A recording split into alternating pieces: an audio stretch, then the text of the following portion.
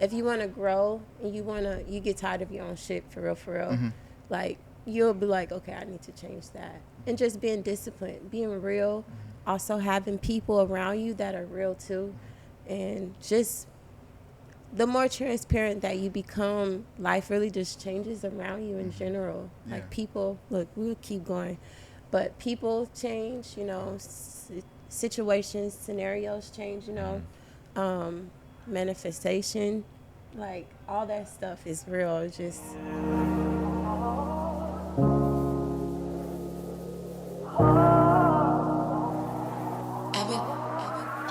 I done been through so much shit you couldn't fantasize it. Trying to speak on what I lost, but I could never find it. I'm sorry if I get that love that I can't recognize. Welcome back to Opinionated the Podcast, Season 2. I'm your host, Joshua Hicks, and alongside me, as always, is my brother from another mother, Ree Washington. And today, we have Kansas City's own, Darriqueca Green. How are you? What up? Right. You gotta give me a round of applause. Sound effects. Yeah, we need that. How are you doing today? That? I'm good now. Tell the people a little bit about yourself. I told you this was hard because I'd rather people just like ask very specific questions because there's like so many levels to me. So Well, the I'll most wrap it important later on in the episode. Okay. Well, the most important is that I'm a personal trainer. I'm working on being a sports athletic trainer as well because you know the other part of me. We're gonna touch on that in a second. Okay, we there. Right. I'm also a football player, so You well-rounded. yeah, trying to be, and I'm also a bartender. Okay. That's that late night. And they That- like, You got 3 different sides. You don't And- know which one you're going to get. she don't need a man. She got 3 jobs. But tell us a little bit about how you got into personal training. Ooh. Okay, so 3 years ago. Okay, so I've always been an athlete. So that's one of the foundations of being a trainer. Most athletes turn into trainers or they continue on that journey anyway, or they teach it, whatever. So I was going through a really dark time in my life. And that was one of the things that I clinged on to like release and find a way out, So, and then it became a really big passion of mine. I also got closer to God during that time too. So that was where the big transformation in my life really came about. And that goes into one of the questions you asked me earlier. No, but I definitely can relate when you had said that it kind of helped you out. Like, I tell Josh all the time, like, when I go to the gym, it's my church session. Like, it's like me going to church is where I can go and just release everything. It's kind of like my personal time. What does it do for me? Oh yeah, what does I said specifically? What does football? What does that do? Oh. No, about personal training. Yeah, what does Yeah. that do for you? Like with your clients and stuff like that internally? How does that make you feel good or continue, to push your drive with it? Exactly that. It gives me a purpose. It's more reason to get up, and everything you do has a purpose behind it. It's not. It can't be just unthoughtful. It has to be very intentional. People are watching me all the time now in all aspects, so I have to make sure that I'm doing what I'm saying, Do you ever feel pressure like behind that because all eyes are on you, or do you take that as a role compliment that you wanted to step into?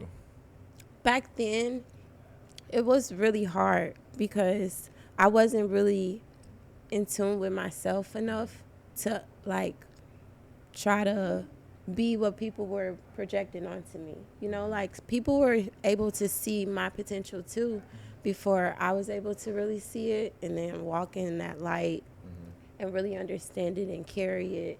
And so back then, it was hard, but now it's like, this is what I want to be anyway. I asked God to be a person of value and purpose, and help change people's lives, So that's exactly what I'm doing. And it's like, at least I have a reason, to get up every day and to do stuff. So I think at times, or you'll fall into that, like you have that envision, like you can see that out, that end goal, if that makes sense. And I'm not saying it just happened for you, but like, or it may have happened, like you've seen that out, that end goal, but you didn't know what it felt like because everything that comes with it. Yeah. And then but you got to be ready for it when it's there, you know what I mean? And then again, you have to live up to that name, you know what I mean? Being that role model, because I'm sure you do have, you know, your women with you, and they kind of look up to you in a way, like, you know what I mean? And you spoke on like how you got into training because you were going through a dark phase in life and you're able to find God and all that. During that point in time, were you able to like just do a lot of self-reflecting and saying, okay, this is who I am? You reassured yourself on who you needed to be and wanted to be? Back then, yeah, it still happens now. I mean, just growing, you know, you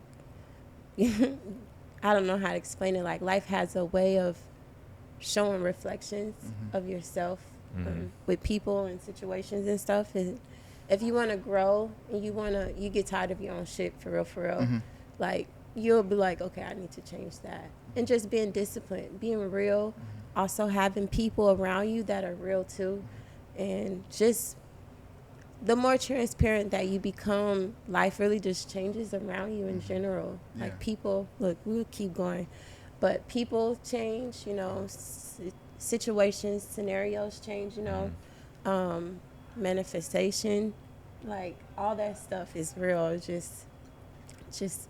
Because Ree and I, we speak a lot about it all the times. The older we get and the more that we're trying to accomplish in life and what we want out of our lives, we see people start to narrow out. And I mean, with you, was that easy or was that difficult for you to be like, you're not on the same path I'm going on, you're holding me back almost? It's still hard. I feel like every answer or question is like, right now, like, yes, it's always going to be hard because, you know, some situations would be the closest ones to you. And, you know, you read about this, you heard about this growing up. You know, your parents said things to you, and now you're like, dang, I see what they mean. You know, it unfolds. Those aren't your friends. They always tell you that. And then you're like, wow, like, I don't want a friend that makes me feel less than when I know that I am more, you know, or that will try to tear me down or not love on me like I love on them, you know. But then it also comes with loving people for or where they are, you know, because some people are just going to be themselves, you know, and if you care about them, you can love them from afar, but you don't have to have them close and around in every situation. You don't tell them everything, but you know, you're there. Because I think, you know, my mom, she always used to say, you can count your friends on both hands by the time you reach a certain age in life, and I really do see that. The more I go in life, I'm like, man, I really only have a small group of friends that I know I can rely on and call on and, you know, be there for me when I need them the most. But, you know, switching lanes a little bit, tell us about how you got into football. I've been a tomboy all my life up until, like, I don't know, I have sparks and, you know, moments now, only because I play football. But, wow. She gonna run somebody over today. No, I love football. I've always been a fan of just sports in general. I've always wanted to play, but my mom had me do everything else but football. Literally everything. I did ballet, hated it. I mean, it was cool, but it was just boring. Why do you think that was, though? Why do you think that she allowed you to do everything but football? She doesn't want to see me get hurt. She barely liked me playing basketball. She barely liked me doing anything that I could get hurt. And, you know, I've always hurt myself in everything that I've done, but I've never, like, broken anything. Anywhere. Trying to knock over. Man, but for real, I haven't done that, but I've hurt myself many times. I did all kind of crazy things. But so one day, we're in school. I'm in school. You know, you remember how you used to sign up for, like, sports? Like, they're like, oh, there's a class. Go to this room if you want to. Activities and all that. Yeah, you know what I'm saying? So me and the girls are talking about what we're going to play. And I was like, I want to play football. And, like, 4 of them was like, I want to play too. I think I remember their names. Let me see. I know it was Monica. I know it was Janine, Dominique. You forgetting the last Cheyenne. person. Okay. Shout out to the crew. Okay, yeah, from Grandview Middle. I ain't forgot. But for real, listen. we talked about it, and we all went to the meeting. Right. Coach said, you got to be here at this time on this day. And we all hyping stuff. And the dude's like, y'all not going to play. Y'all not going to play. And I'm like, I'm playing. And my best friend Cheyenne's like, I'm playing too. Right. Janine said, all of us, the crew said they was playing, y'all. Okay? The day come, I'm in the girls' locker room. Everybody's getting dressed. And then I come out. All of them are gone.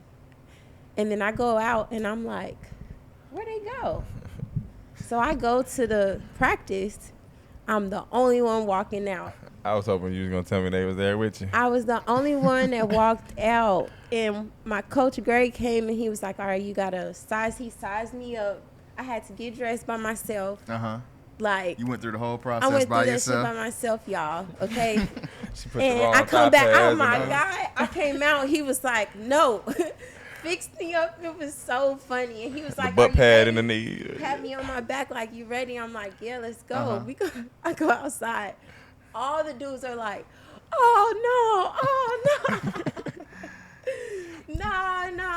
That shit was so funny. They was like, bro, you gonna get fucked up. You gonna fuck. Like, come on, let's go.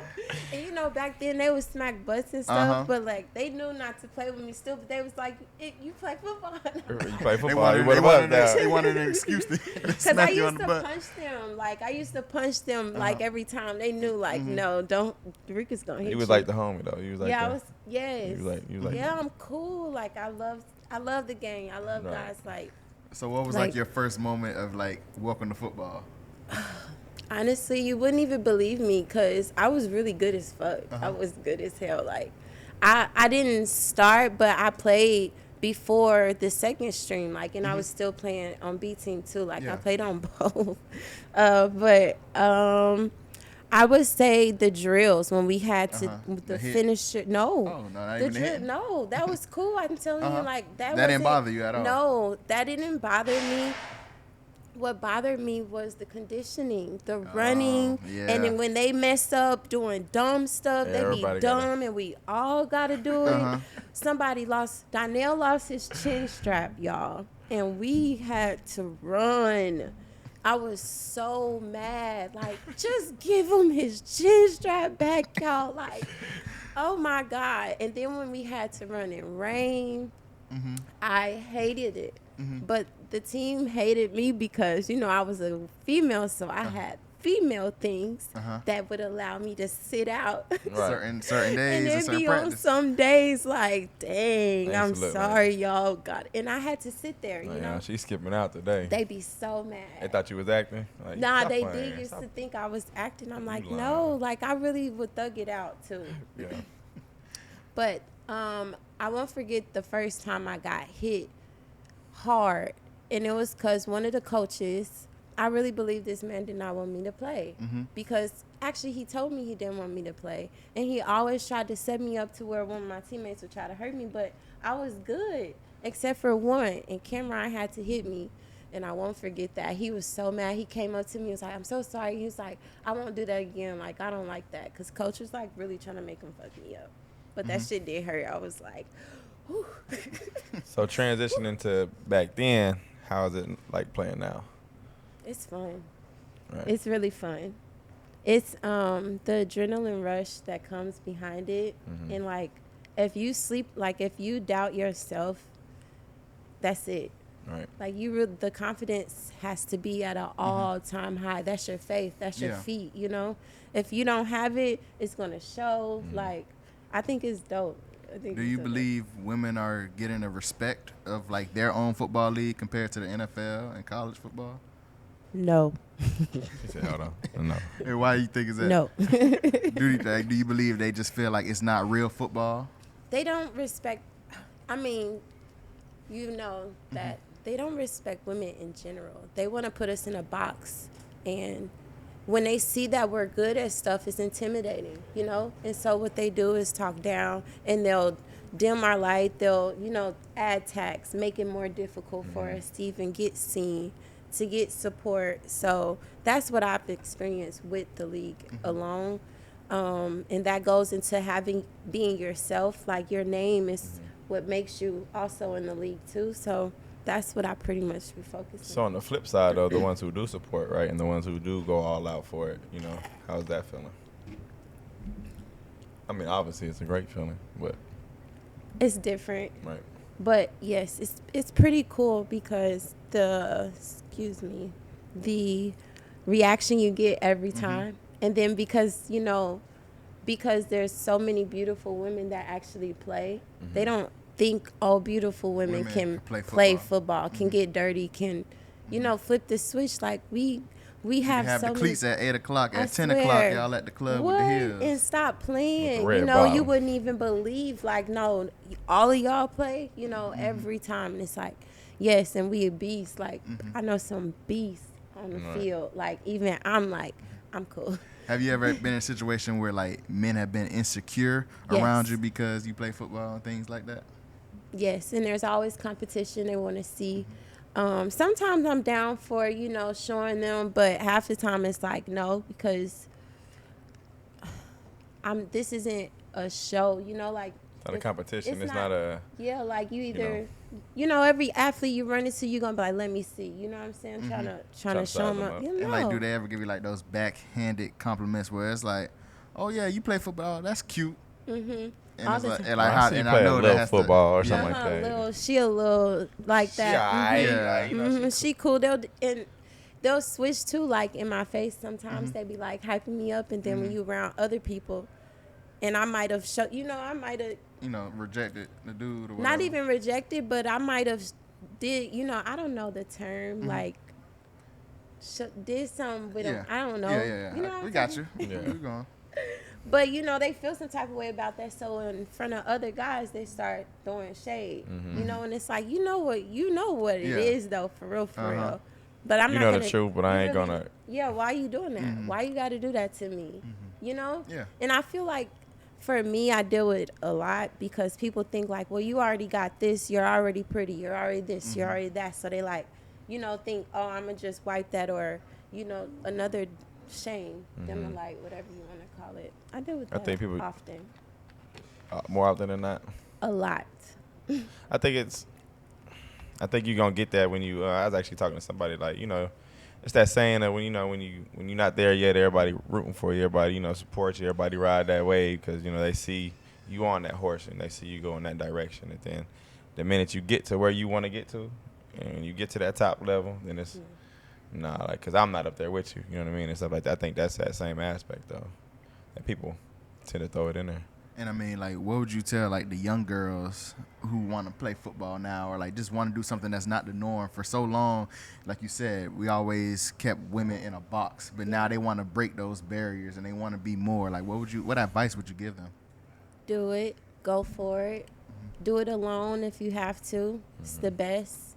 It's a different kind of strength, My friend asked me the other day when I asked him to record me working out. He was like, how do you do this by yourself? And I'm like, this is how I started, Like, it was just me when I decided. So whether I got somebody with me or not, I got to make sure I'm doing it for myself, because if I do it for other people, I won't go as hard. I'm going to miss some days, I'll get distracted. So I would say do it. Find a reason, a big, big reason of why you're doing it and how far you want to go. And if it seems untouchable, like, go for it. Yeah. And I mean, has your mom's mentality changed, like, since now you're grown, and like, have you like shown her like, yes, Mom, I can do this? Yes, she's like 100% on board now. That was something that had bothered me for a while too, because I needed her to understand that I was different, and that I'm not willing to try to be like everyone else. That seems normal. If it works for you with no problem, Do it. why not do it? Why do things that causes stress that literally bothers you, like it literally irritates you, that's not for you. And be willing to let it go and find what makes you happy, that comes easy. That's what you're supposed to do and maximize. Like, that's So, just to switch lanes, you remind me of my sister so much, and Josh knows. He calls my big sister Brista, just because she is like, I think she falls in that category. She's like, yeah, she's attractive, you know what I mean? But she's like the homie first, you know what I'm saying? Yeah. Do you feel like you get that a lot? Like, bro, I'm the homie, bro. Like, I'm not even trying to take that route. You know what I mean? Like, you just definitely, like, let's just be cool with me. Or then do you find that a lot of times, like, people will hit you up? I think he asked me, like, my sister actually gets DMs from guys like, hey, can you train me? But it's more of on the the try back to, end, they're trying to get with her. Yeah. you know what I mean? So how do you deal with that? I really don't deal with it. I can peep it a mile away. Like, I know when to Like, pull a you card. can see it. You can see it. And I also do the put your money where your mouth is. Like, pull up. You know, some people really will send the money and not show up. And it's like, for what? Right. You know, you wasn't for real. You were just trying to be around, you know, and you didn't know I was for real. Like, nah, you about to come and get this work. I don't need no date, okay? You know what I'm doing. So you do have male clients? I only have two, and they come and work, and they know that that's what I do. And then one of them is my nephew. I got you. Yep. So just to switch lanes a little bit, I know I definitely would pick your mind about social media in today's generation, today's society, and like the pros and cons that you think, have about it. Well, you already know, like, just the looks can be deceiving. Yeah. And not to compare yourself to what you see. And if you do compare yourself to what you're looking at, it should be things that you want to pursue, that you're actually, like, in the pursuit of, not like idolizing or anything like that, but more of just like, it should be meaningful to you what you're scrolling and looking at, because so many It's deeper than that. It really is. And people get so deep into it that their reality isn't reality anymore. It's based off of what they see on social media, whoever they're watching. And so I don't know, I'm very intentional. And I think really I can go and understand what you're saying, because spiritually, right? You said, you got in spiritually with God. I myself, when I was around 23, I got in deep and I got baptized, and my spirit was a lot heavier. Well, not heavier, but lighter. And I stopped paying attention to social media and all that. I think a lot of people, and Ree and I always say, people are dead in the inside. And if you're not living for yourself, you do revert back to social media, and those little things, those likes and those comments, they mean so much to you. And it's like, I don't even know Tom 813 from Wichita, Kansas. It's like, why is him saying my picture isn't good? But it's all about, your spirit. I'm so glad you said that. That's what you be thinking? What, about social media? Definitely. I think we actually spoke about it on prior episodes, I think. Just to touch base on what he did with the whole being external, I think it's easier. It's easier to work on your outside. It's hard to work on your inside, because you have to look at yourself in the mirror and be like, bro, like, you do wrong too. Not everybody's perfect. You a little dirty. Right. You know what I'm saying? Like they say, when you point one finger, you have fingers pointing back at you. And I think, again, people don't like doing that but that's a part of accountability, though. You know what I'm saying? It's just like they rather have a distraction. They rather just rub it off on somebody else. People are in denial of themselves, and I don't know why, and that's what causes people to frown upon you as well, when you do show up as your authentic self as well. It's intimidating to see someone who's confident in themselves and know who they are and can show up in any room and be that person on and off. And they start saying you cocky. Then they call you those words, cocky, Hollywood. And you feel like you have to explain yourself, but then you get to defending yourself like, I just love myself. Because one thing I always said in previous episodes, I can't stand the word humble.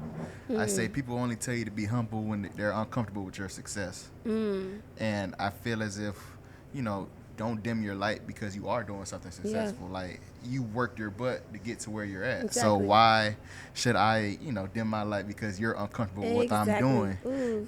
People always say, act like you've been there before. But if we say every day is a new day, I haven't been there before. Today's a new day, and I'm trying to go further. And I'm glad that you said that, because I say that. I literally say that all the time. And it just sucks, when it's people closest to you that start to fold, when you start moving up, That's where I learned. It is very scary. It's sad. That's where you were asking me, is it hard, losing people like along the way? And it is. And it's people that you've told your dreams to. You told them what you were going, like how far you want to go. But right when you're getting there and they start seeing it, they start feeling the difference as well. Now it's intimidating. And now I think I'm better. And now I'm this and that. Because Ree said it, and sorry to cut you off. No, Ree said it one time where he was saying people, like, they'll tell you can't do something because they fear that they can't do it. So since they can't do it, they're telling you that, no, you can't do it. Or they'll tell you, like, that's crazy that you're going to do that because it's something they wouldn't do themselves. Exactly. Like, okay. That they couldn't do because they're not committed to it. And I think we spoke on prior episodes, they haven't put that work into it. They haven't put that work, and they haven't really put that time into it. But, you know, when you, just to touch back when what you said about being humble and stuff like that, I think when it comes to dimming light, like, you know, let's say we had a chef on, on a prior episode, and why would he come in the room and cook down to your standard? Exactly. You know what I mean? No, he gonna cook. He gonna whip it up like he can. You know what I mean? And like, you might not be able to cook as good as him, so why is he gonna like be humble and not out cook you? Well, obviously he can out cook you. You know what I'm saying? It's not like a diss or anything. It's just like, look, I don't think most people don't take that and look at it as like a way to better themselves. They look at it as oh shit. Like, oh, you think you're better since you're gonna go do that? Exactly. And I get that a lot. People are afraid to ask questions. Like, go ask how he did that. Yeah. Write it down. Ask or look it up. Like, that's what I did. I started looking things up. I did my research for the look that I want. Like, okay, when I started moving deeper into my training career, I'm like, okay, how far are you trying to go with this? What look or what impact are you trying to have? Okay, what are you going to do? What is it that you're going to do that's going to separate you from everybody else that you like doing? Yeah. Not forcing it because I'm trying to be like someone, but I'm trying to be myself. It's the why. It's the why factor. My best friend said that. She just like start asking yourself why. Before you do anything, why are you doing this? And if the answer if it isn't beneficial, if it's selfish, if it's conniving, malicious, anything like that, then no. I do the same thing. Like I ask no. For real. I ask my friends that when they ask certain questions, I'm like, why? And they're like, what you mean? If you can't answer that, then the answer is no. You need to reevaluate your decision. Like, just change your mind. And I don't mind being that person as well, because I do it myself. Because you waste time, you waste energy, and then you look silly. And I'm not, I promise you, I hate being embarrassed. She said, I'm not for looking silly. I'm not about to look silly. Exactly. And that's when you have to start cutting people off. But tell the people how they can get in contact with you, though, and how they can reach out. Ooh, okay. So I'm so glad you guys asked. Okay, so you can find me on Instagram for now at damn.d, DAMNN.d. So 2 N's.d. Okay. I also just launched my new business, Daily Grind Fit, as well. Go ahead and tell us that. Okay. She skipped that part. I told you. What did I tell you? I said I got different. Okay, so, Damn D is known for many things. And so I wanted to separate the two so that my clients that actually need me as a trainer on and off, they're able to get that on one page. Gotcha. And then also in a whole different entity, because I do have a nightlife. I'm also a football player, and I'm also just myself. So I don't want people to be looking at my stories and they see 10 different things going on. They're like, okay, she posted 2 things about fitness. But she over here. But she's been at a wedding, and she's been at this concert, and she's working, and she's got practice and all this, and I don't mind them seeing all of that. But I have been taking a while, starting my own business and actually trying to get out there across the world and not just in Kansas City. So that's where Daily Grind Fitness has came about. Daily Grind, as you can tell, grinding daily, but it's different for you. It's different for everybody. Everybody's journey is completely different, and so we grind differently. And it's a daily thing, So Daily Grind Fitness is now launched, but we haven't gotten our website just yet. Okay. So I'm baby steps, y'all. By the time this episode comes out, Okay. the website should be Yes, up and running. absolutely. There we go. Man, Okay. that was great. Thank You definitely have came in and blessed us with your presence. I'm glad Ree got you in here because you have been appreciate you nothing for coming. but great. Thank you. He's Ree Washington. I go by the name of Joshua Hicks. This is Opinionated the Podcast, Season 2, Kansas City edition. Love, always. She say, why is it when I call that you always hit decline? Cause every time I pick up, it's the same thing every time. You ask me how I'm doing, and I tell you that I'm fine. Trying to match these demons that I sing about every night.